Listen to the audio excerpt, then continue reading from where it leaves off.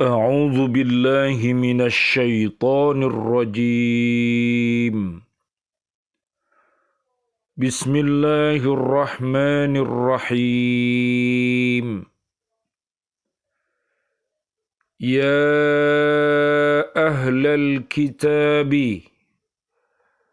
لا تغلوا في دينكم ولا تقولوا على الله إلا الحق إنما المسيح عيسى بن مريم رسول الله وكلمته ألقاها إلى مريم وروح منه فآمنوا بالله ورسله ولا تقولوا ثلاثة انتهوا خيرا لكم إنما الله إله واحد سبحانه أن يكون له ولد له ما في السماوات وما في الأرض وكفى بالله وكيلا صدق الله العظيم. Wahai ahli kitab, janganlah kamu melampaui batas dalam agamamu, dan janganlah kamu mengatakan terhadap Allah kecuali yang benar. Sungguh, Al-Masih Isa putra Maryam itu adalah utusan Allah, dan yang diciptakan dengan kalimatnya yang disampaikannya kepada Maryam, dan dengan tiupan roh darinya, maka berimanlah kepada Allah dan Rasul-Rasulnya, dan janganlah kamu mengatakan Tuhan itu tiga. Berhentilah dari ucapan itu lebih baik bagimu. Sesungguhnya Allah Tuhan yang Maha Esa, Maha Suci, Dia dari anggapan mempunyai anak. Miliknya lah apa yang ada di langit dan apa yang ada di bumi, dan cukuplah Allah sebagai pelindung. Maha benar Allah dengan segala firman-Nya, dan Dialah yang Maha Agung. Surat keempat, namanya surat An-Nisa, ayat 171. Bismillah, alhamdulillah, assalatu wassalamu ala rasulillah. Asyhadu an la ilaha illallah wa asyhadu anna muhammadar rasulullah. Allahumma salli wa sallim wa barik ala sayyidina Muhammad wa ala alihi wa ashabihi ajma'in walhamdu lillahi rabbil alamin. Bi'aunillah, bi'idnillah, biridhoillah.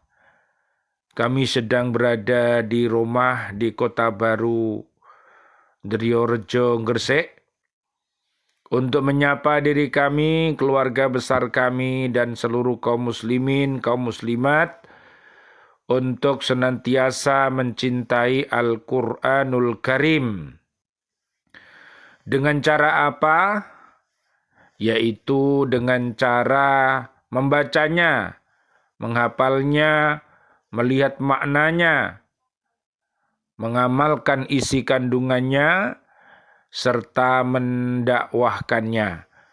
Mudah-mudahan dengan wasilah ini Allah Subhanahu wa Ta'ala mentakdirkan kita semuanya bisa senantiasa berhaqqa tilawati, berhaqqa tuqatih, dan berhaqqa jihadih. Mudah-mudahan Allah Subhanahu wa ta'ala merahmati kita dengan Al-Quran ini. Allahumma arhamna bil Quran. Allahumma arinal haqqa haqqa warzuqna ittiba'ah wa arinal batila batila warzuqna ijtinabah. Amin ya rabbal alamin. Kita berada di penghujung bulan suci Ramadan di tahun 1445 Hijriah. Tepatnya sekarang ini tanggal 9 di bulan April 2024 Miladiah. Insya Allah besok kaum muslimin, kaum muslimat, kaum mukminin, kaum mukminat akan merayakan Idul Fitri. Mudah-mudahan Allah Subhanahu wa ta'ala menerima puasa kita dan seluruh amal kita, dan mudah-mudahan dosa-dosa kita mendapatkan pengampunan dari Allah Subhanahu wa ta'ala dengan kita rajin beristighfar, bertaubat, dan bersedekah. Mudah-mudahan rahmat Allah senantiasa diturunkan untuk kita, dan kita berdoa mudah-mudahan diri kita, keluarga besar kita, dan seluruh kaum muslimin muslimat terbebas dari api neraka. Amin ya rabbal alamin. Nanti bisa dilihat di surat ketiga ayat 185. Mari kita lanjutkan kajian kita di surat keempat ayatnya 171. Kaum Nasrani sudah melampaui batas dalam beragama dengan menambah-nambah hal-hal yang bukan dari agama. Ini sangat berbahaya. Marilah umat sekalian berwaspada terhadap langkah-langkah yang sesat ini. Na'udzubillah summa na'udzubillah min dalik. Seperti memuja dalam mengagung-agungkan nabi mereka sampai melampaui batas-batas yang telah ditentukan Allah dengan mengada-adakan kebohongan terhadapnya, dan dengan mengatakan bahwa Nabi Isa alaihi salam itu adalah putra Allah. Lihat di surat Al-Maidah ayat 77. Hal ini pula lah yang membawa kaum Nasrani kepada anggapan bahwa Tuhan itu salah satu dari Tuhan yang tiga, atau Tuhan itu terdiri dari tiga oknum. Sebagai penolakan atas paham yang salah ini, Allah menyatakan bahwa Nabi Isa alaihi salam, anak Maryam, hanyalah utusan Allah kepada hambanya, bukan Tuhan yang disembah sebagai yang dianggap kaum Nasrani. Nabi Isa alaihi salam sendiri menyeru mereka supaya mengesahkan Allah. Tak ada yang disembah selain Allah. Dan Nabi Isa alaihi salam telah melarang pula kaumnya mempersekutukan Allah dengan apapun. Sebagai tambahan atas penegasan tersebut, Allah Subhanahu wa ta'ala berfirman lagi bahwa Nabi Isa alaihi salam itu diciptakan dengan kalimat berupa ucapan jadilah kun, tanpa ada seorang laki-laki pun atau bapak yang menikahi ibunya, dan tanpa air mani yang masuk ke dalam rahim ibunya seperti terciptanya manusia biasa. Tatkala Allah Subhanahu wa ta'ala mengutus malaikat Jibril alaihi salam kepada ibu Maryam dan memberitahukan bahwa ia adalah utusan Allah yang diperintahkan untuk menyampaikan berita gembira kepadanya, yaitu dia akan memperoleh seorang anak laki-laki, ibu Maryam merasa terkejut dan membantah dengan keras karena ia masih perawan dan tidak pernah bersuami atau disentuh oleh seorang laki-laki. Lalu malaikat Jibril alaihi salam membacakan kepadanya firman Allah Subhanahu wa ta'ala. Qala kadzalikillahu yakhluqu ma yasha'u idza qada amran fa innama yaqulu lahu kun fayakun. Dia Allah berfirman, demikianlah Allah menciptakan apa yang dia kehendaki.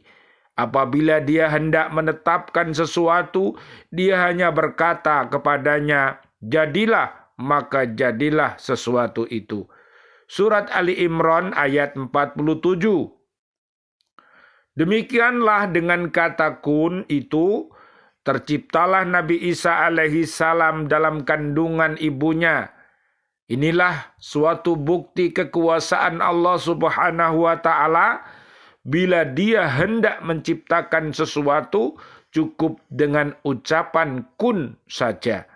Hal serupa ini berlaku pula pada penciptaan Nabi Adam alaihi salam, sebagaimana tersebut dalam firman Allah Subhanahu wa ta'ala, Inna mathala Isa indallahi kamathali Adama khalaqahu min turabin thumma qala lahu kun fayakun.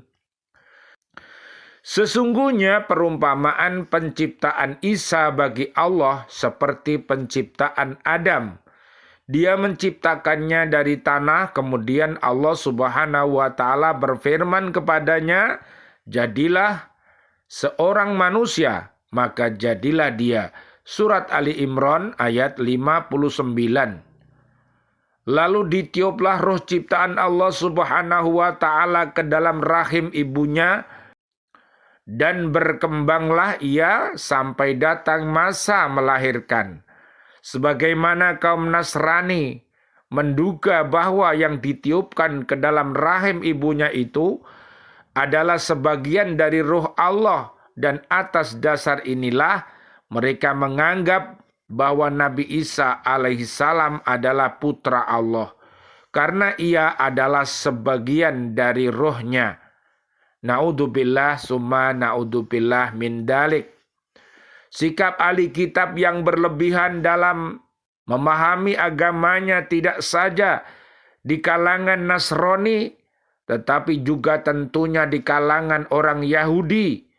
Sikapnya yang melampaui batas dalam memahami ketentuan agamanya, sehingga mereka sering bersikap dan bertindak begitu ketat dalam menambah-nambahkan ketentuan sendiri.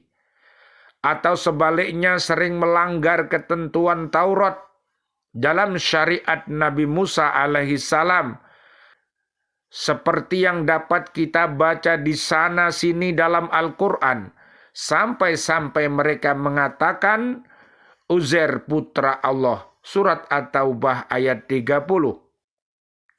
Mereka menjadi bangsa rasialis eksklusif, sangat fanatik, menolak semua nabi dan rasul utusan Allah yang bukan Yahudi. Mereka membunuh para nabi dan menuduh Nabi Isa alaihissalam dan ibunya Maryam dengan tuduhan yang keji. Mereka terpecah ke dalam beberapa sekte. Yang menonjol waktu itu adalah golongan konservatif Sadduce yang hanya mengakui 5 kitab Musa, atau golongan Parise yang sangat kaku dalam menjalankan hukum tertulis tetapi mau menerima hukum lisan dan hukum adat Yahudi. Begitu juga sikap umat Nasrani yang telah melampaui batas dengan mengangkat dan menempatkan Nabi Isa alaihi salam sebagai Yesus yang disamakan dengan Tuhan atau menisbahkannya sebagai putra Tuhan. Mereka telah menyentuh keimanan akidah yang pokok sampai melahirkan doktrin Trinitas. Doktrin ini sudah berkembang dan menjadi pangkal perdebatan para pendeta mereka pada masa lalu dari abad kedua sampai abad ke-6 Masehi, seperti Marcionisme, Yakobit, dan Nestori yang masih bertahan di Suria, atau Maronit yang banyak dianut di Libanon, Paulisianisme, dan yang lain. Mereka berdebat sekitar kodrat Kristus, Tuhan, anak Tuhan atau satu dari tiga, oknum dari Roh Kudus, sampai juga melibatkan ibunya Maria sebagai pujaan. Kaum muslimin dan muslimat, kaum mukminin dan mukminat perlu sekali menyadari, sekalipun dalam bentuk lain, jangan sampai terjerumus ke dalam sikap berlebihan dalam menerima ajaran Islam yang umumnya berkisar dalam soal fikih. Di satu pihak mau serba ketat, atau di pihak lain yang sebaliknya mau serba longgar. Ada di antara mufassir menceritakan mengenai anggapan ini bahwa seorang tabib Nasrani yang mengobati Khalifah Harun ar-Rasyid berdiskusi dengan seorang ulama Islam, yaitu Ali bin Husain al-Waqidi al-Marwazi. Tabib Nasrani itu berkata kepada al-Waqidi bahwa di dalam kitab Al-Quran terdapat ayat yang membenarkan pendapat dan kepercayaan Nasrani bahwa Nabi Isa alaihi salam adalah sebagian dari Allah. Lalu dia membacakan bagian pertama dari ayat 171 ini. Sebagai jawaban atas perkataan tabib itu, Al-Waqidi membacakan ayat وَسَخَّرَ لَكُم مَّا فِي السَّمَاوَاتِ وَمَا فِي الْأَرْضِ جَمِيعًا مِّنْهُ إِنَّ فِي ذَلِكَ لَآيَاتٍ لِقَوْمٍ يَتَفَكَّرُونَ. Dan dia menundukkan apa yang ada di langit dan apa yang ada di bumi untukmu semuanya sebagai rahmat darinya. Sungguh dalam hal yang demikian itu benar-benar terdapat tanda-tanda kebesaran Allah bagi orang-orang yang berfikir. Surat Al-Jasiyah ayat 13.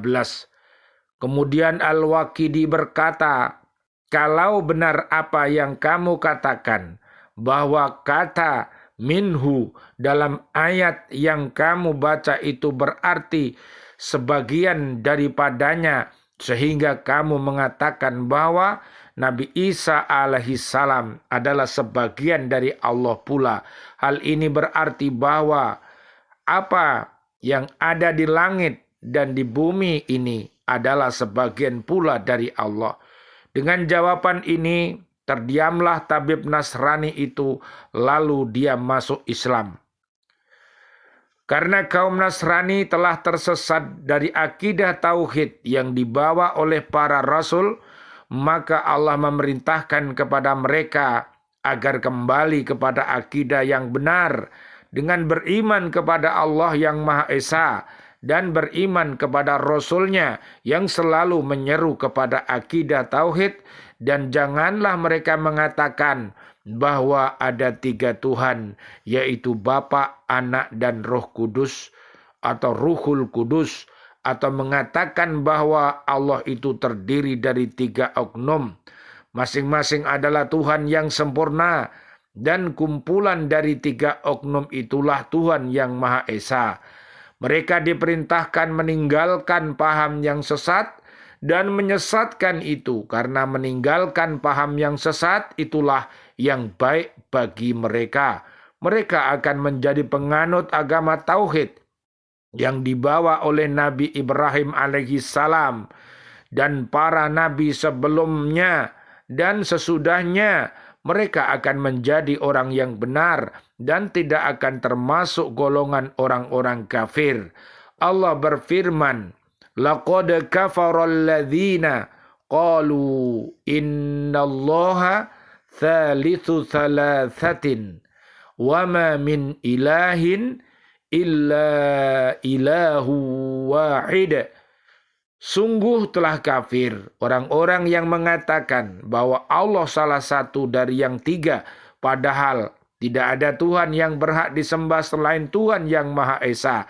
Surat Al-Maidah ayat 73. Jika mereka tidak berhenti dari apa yang mereka katakan itu, pasti orang-orang yang kafir di antara mereka akan ditimpa siksaan yang pedih. Kemudian ditegaskan lagi kepada mereka bahwa Allah sajalah Tuhan yang Maha Esa, Tuhan yang Maha bersih dari sifat berbilang atau terbagi-bagi kepada beberapa bagian atau tersusun dari 3 oknum atau bersatu dalam makhluk-makhluk lainnya. Maha suci Allah dari hal-hal tersebut dan mustahil dia mempunyai anak sebagaimana anggapan mereka, atau Nabi Isa alaihi salam itu adalah Tuhan sebagaimana dikatakan oleh segolongan lain di antara mereka. Allah adalah Maha Esa, tidak ada yang menyerupainya dan tidak beristri sebagaimana manusia. Dialah pemilik langit dan bumi serta semua yang ada pada keduanya, termasuk Nabi Isa alaihi salam. Allah berfirman, in kullu man fis samawati wal ardi illa atir rahmani abda. Tidak ada seorang pun di langit dan di bumi melainkan akan datang kepada Allah yang Maha Pengasih selaku seorang hamba. Surat Maryam ayat 93. Semua makhluk tanpa terkecuali akan menghadap kehadirat Allah yang Maha Kuasa sebagai hamba, apapun pangkat dan derajatnya, baik dia malaikat, seorang nabi, seorang yang diciptakannya tanpa bapak dan ibu seperti Nabi Adam alaihissalam, atau yang diciptakannya tanpa bapak saja seperti Nabi Isa alaihissalam, maupun yang diciptakan dengan perantara bapak dan ibu. Semua itu adalah hambanya yang mengharapkan karunia dan rahmatnya. Allah lah yang berkuasa sepenuhnya atas mereka dan Allah lah yang memelihara, dan kepadanya lah mereka harus menyembah, berdoa dan bertawakal. Akidah tauhid inilah yang dibawa dan disampaikan para nabi dan rasul kepada umatnya, termasuk Nabi Isa alaihissalam. Dan paham inilah yang dianut oleh para pengikutnya sesuai dengan dakwah dan ajarannya. Tetapi pengikutnya yang datang kemudian, terutama pengikut-pengikut yang dahulunya telah menganut agama-agama yang bermacam-macam, tidak dapat melepaskan dirinya dari paham lama yang sesat itu, sehingga mereka mencoba dan berusaha dengan sekuat tenaga agar agama Masehi yang mereka anut mempunyai corak yang sama dengan agama-agama nenek moyang mereka dahulu. Paham Trinitas menganggap Tuhan adalah 3 sudah berkembang di Mesir semenjak lebih kurang 4.000 tahun sebelum Masehi. Di antara mereka ada yang menganggap bahwa Tuhan itu ialah dewa Osiris, Isis dan Horus. Demikian pula di India, ajaran Hinduisme mengatakan bahwa Tuhan itu adalah Tritunggal yang terdiri dari Brahma, Wisnu dan Shiva. penganut Buddhisme pun ada yang mengatakan bahwa Buddha itu adalah Tuhan yang terdiri dari 3 oknum. Juga di Persia terhadap paham Mazdaisme, Zoroaster yang bercorak dualisme baik dan jahat, terang dan gelap, dengan dewa tertinggi Ahura Mazda, Ormuz, dan dewa-dewa lain lawan Ahirman. Akhirnya mereka terbawa hanyut oleh paham Trinitas yang beraneka ragam coraknya, dan jadilah mereka tersesat dari paham tauhid yang dibawa Nabi Isa alaihi salam, dan amat sulitlah bagi mereka untuk meninggalkannya. Para intelektual dari penganut agama Masehi ini memang merasakan dan mengetahui bahwa paham taslis atau trinitas ini tidak dapat diterima akal, tetapi mereka tetap mencari-cari alasan untuk membenarkan paham ini. Di antara pendeta mereka ada yang mengatakan, dalam hal ini kita harus menyerahkan persoalan ini kepada hal-hal yang goib yang belum diketahui oleh manusia, dan tidak ada yang dapat diketahuinya kecuali bila hijab telah berkata untuk itu, dan jelaslah pada waktu itu semua yang ada di langit dan di bumi. Pendeta Boter, pengarang buku Al-Usul wal Furu' dari salah seorang juru penerang agama Nasrani berkata, mengenai hal ini kita telah mencoba memahaminya dengan lebih jelas, yaitu dikala telah terbuka bagi kita tabir rahasia semua apa yang ada di langit dan di bumi. Dapat disimpulkan bahwa agama Nasrani benar-benar didasarkan kepada paham tauhid yang murni, tetapi para pendetanya mencampur baurkan dan mengubahnya menjadi agama Trinitas yang tidak dapat dipahami oleh akal karena terpengaruh oleh paham-paham taslis bangsa Yunani dan bangsa Romawi yang mereka ambil dari paham-paham keagamaan Mesir lama dan Brahma. Subhanallah walhamdulillah wala ilaha illallah wallahu akbar la haula wala quwata illa billahil aliyil adim. Rabbana taqabbal minna innaka antas samiul alim wa tub alaina innaka antat tawwabur rahim. Rabbighfirli wa liwalidayya warhamhuma kama rabbayani shaghira. Ya Allah yang Maha Rahman, ya Allah yang Maha Rahim, doa-doa kami untuk seluruh saudara dan saudari kami, seluruh kaum muslimin, kaum muslimat yang masih hidup. Ya Allah, berikanlah kepada kami panjang umur, bil barokah wa bi taatillah sihah wal afiyah. Wafatkan kelak kami dalam keadaan husnul khotimah. Amin ya rabbal alamin.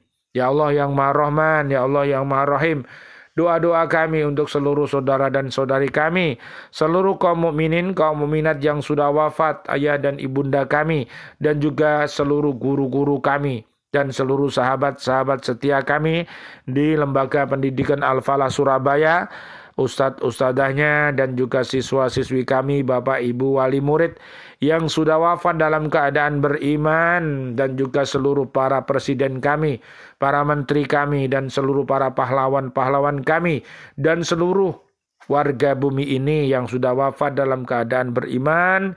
Doa-doa kami selalu untuknya. Allahumma anzilir rahmah wal maghfirah wan ni'mah wal jannah.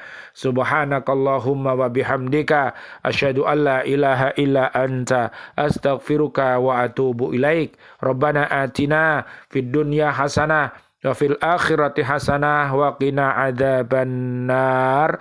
Asyhadu an la ilaha illallah astaghfirullah nas'aluka ridhaka wal jannah wa na'udzubika min sakhatika wan nar. Allahumma innaka afuwun karim tuhibbul afwa fa'fu anna ya karim. Amin amin ya rabbal alamin. Mudah-mudahan seluruh amal ibadah kita di bulan suci Ramadan 1445 Hijriah tepatnya di tanggal 9 April 2024 miladiah, diterima oleh Allah Subhanahu wa taala sehingga kita menjadi pribadi-pribadi yang al-muttaqin. Amin amin ya rabbal alamin. Bisa dilihat nanti di surat Ali Imran ayatnya 132 sampai 136. Amin amin ya rabbal alamin.